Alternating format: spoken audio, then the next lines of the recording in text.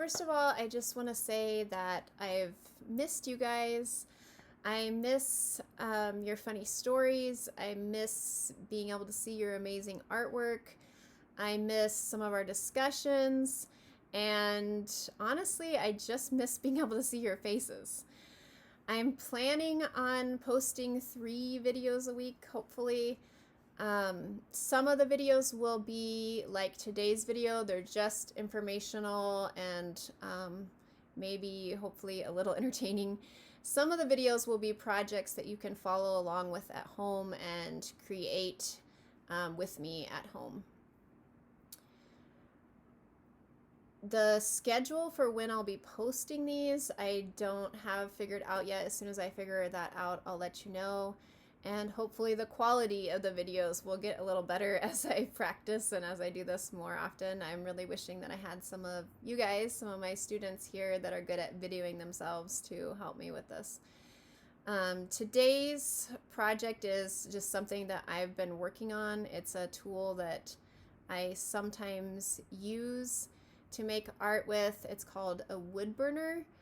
And it is not safe for kids to use, but I want you guys to be able to learn more about this type of tool, type of art that some artists use. Can anybody guess what a wood burner does? It's right, it burns wood. It will actually burn an image into a piece of wood, and the tip of the wood burner gets to about 700 to 800 degrees Fahrenheit, so you can see why it's not safe for kids to use. We've talked about in art how some of the tools and materials that we use they can be dangerous. That's why artists have to be very careful. They have to know how to safely and properly use their tools so that they can stay safe. And that's really important with this tool as well. So I have already a set of 4 coasters. They're something you set on a table and then you can set a drink on top of it so that your table doesn't get wet. I've made 4 up and I will show you what those look like, and then I'm going to make another set of 4 today on our video. I probably will show you how the process of doing one of them, and then skip ahead to the end when I have them all 4 done. That's my plan anyway. This is one that I've done. These are of things and places in our area and Valentine area. As you can probably tell, you hopefully recognize at least some of them. And they are pretty detailed, especially for such a small area. The coasters I'm going to be doing today they will not be as detailed as these. I'll show you the sketches for them. They are on pine wood, and I'll talk a little bit more about the different types of wood that you can use for wood burning later. So you can see I've already sketched out. I sketched my design in pencil first and eraser, because I definitely have to erase sometimes. And hopefully you guys can tell these are all heart themed. This last one, you can maybe see that I have erased a bunch of times. Hopefully I get it right, because this is the one I'm going to start showing you guys on. So hopefully this time I get it right. Okay, so I'm just drawing my design onto the wood, and again, it's heart themed. I'm going to do a bunch of heart balloons on this one. It reminds me of some of you guys drew big groups of balloons when we did our cake value scales, and it's kind of like that.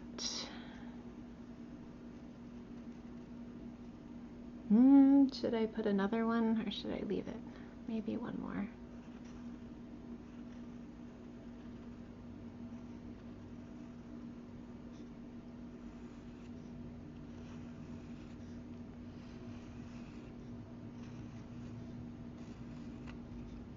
Then I'm gonna put some kind of highlights in them so they look a little bit more like balloons, like the light's shining on them. So I'll get those drawn in.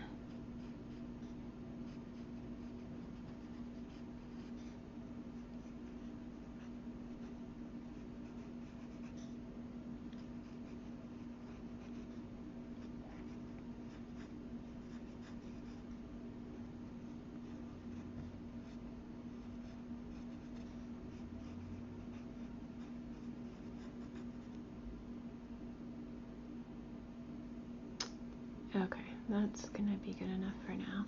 So you can see the process of drawing them is just like you would draw on paper. I'm just sketching it out, and then if I need to erase some areas, I can actually erase on the wood also.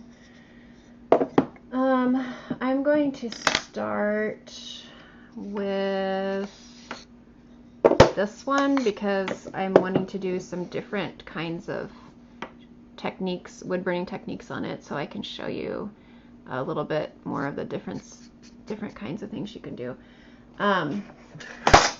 You can use, wood burners have lots of different tips that you can put on them. I don't know how well you guys can see these, but there's flat ones, there's small pointed ones, there's lots of different, there's just a round kind of one, lots of different tips that you can put on the end. I generally only use this tip because I can do a lot of different techniques with it. It's not focusing. I can do a lot of different techniques with this tip, and then I don't have to change it, because every time you have to change, like I said, this is very, very hot, so every time you have to change a tip, you have to unplug it, let it cool down, and then screw the new tip in, or you can use pliers and unplug it, or not, and carefully unscrew it while it's still hot, but it's not very easy to change the tips so while you're working. So I prefer to just use one tip, and this one has a flat edge and a pointed tip, so it does a lot of different things. So to start wood burning this, I'm going to do the outline of my heart first. Let's see if I can get a little bit better angle here.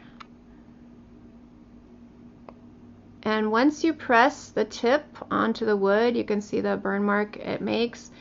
You really can't erase. You can sand it out. It would take a lot of sanding to sand out something this deep. If it's not very deep, you might be able to sand that area off, but you really can't erase. So it's one of those things where we've talked about in art class too, learning to use your mistakes. You definitely have to do that with wood burning. If you make a mistake on there, you're going to have to find a way to use it in your design, or start over on a new piece of wood, but that would waste the wood. So I told you guys I'd talk about the different types of wood. This wood that I'm using today is pine, and it's very, very soft, but it does have, well, you can see this one in particular has a knot in the wood, so that area is a lot harder, going to be a lot harder to wood burn through, harder to follow the lines with. It burns easier if you're following the grain of the wood, which is this like lines in the wood. My favorite type of wood that I've used to wood burn on is called birch wood, and it's a little bit harder, I think, than pine, as far as like not as soft of wood, but it's soft enough that it burns in easy, and it's I don't know, it's just easier to use, I think, a little bit. Really hard woods are hard to wood burn into. I've wood burned into cedar wood before, and that was pretty difficult. Okay, so I've got the outline of the heart pretty much done. I'm gonna do the clouds next because I want to show you guys a specific technique on the clouds.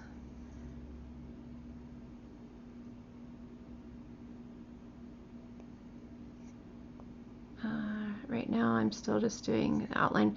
Sometimes if I want the line to be lighter, I can just kind of barely touch the side of the tip to the wood, and it can be a little lighter, or just faster if you don't hold it on there as long. You can get it to be lighter, but then it's hard to get it to be smooth sometimes.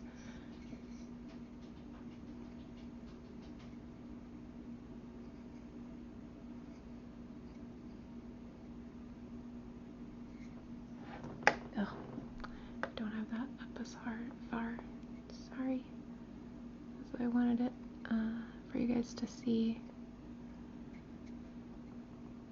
Let's see here.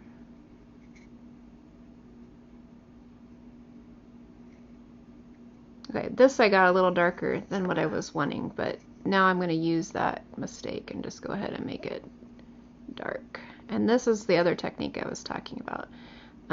You turn the wood burner to the side and use the side of it, and you're just kind of really shading. You don't have near as much control as you would on a pencil, at least I don't, because I'm not as experienced at wood burning as some people are, as some of the people that just do this, just wood burn only for their art. But if you turn it sideways, you can kind of shade with it, and if you hold it onto the wood longer, it's gonna burn darker, and if you hold it onto the wood less time, then it will be lighter. So we've been talking about value in art class lately. I am adding some value to the wood, and it's all, of course, in the same tones of the brown of the burnt wood and the wood color, but you can add different values of light and dark to it, so it kind of makes it a little more interesting.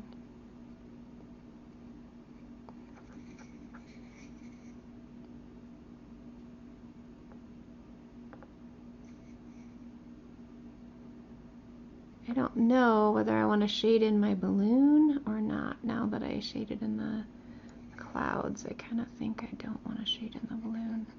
Let's make the clouds darker.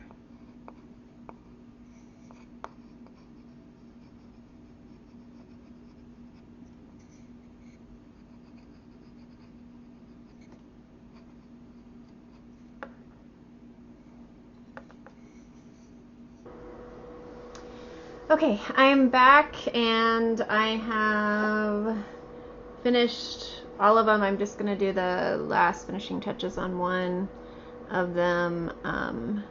So hopefully you can see this one is done. That one I shaded in. This one I actually ended up making the clouds a little bit darker than they were before. And this is the one I'm finishing, almost done. I just have a few more lines in it to do. So I'll finish those right now.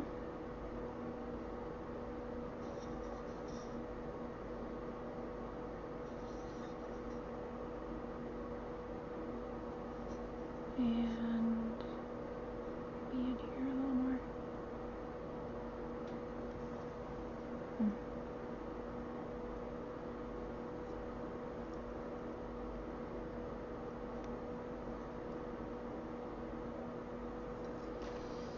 Okay, and that one is done, I think.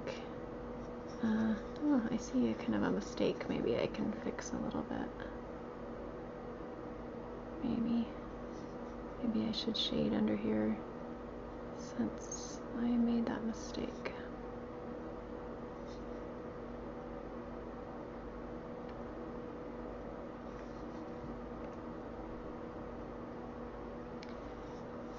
Okay. So my set of coasters is complete. There's this one, this one, this one, and that one. Hopefully you guys have kind of enjoyed learning about a new, different type of art that maybe you haven't seen before or didn't know as much about how the actual process works, at least for me. It actually does make a texture to into the wood too. I don't know if you guys can see, but there is like the lines go into the wood a little bit. There's an indentation. And for our next project that I'm going to be doing, where you guys are following along with at home, I'm going to have us do some indentation work into paper that we can actually kind of make prints from, hopefully. So I'm really excited about that project, and we'll be posting that next week. I'm going to leave you guys with a drawing prompt, something that hopefully you can work on over the weekend. And that is the drawing prompt, or a drawing prompt is like maybe an idea of something for you guys to draw, or just like a subject matter, or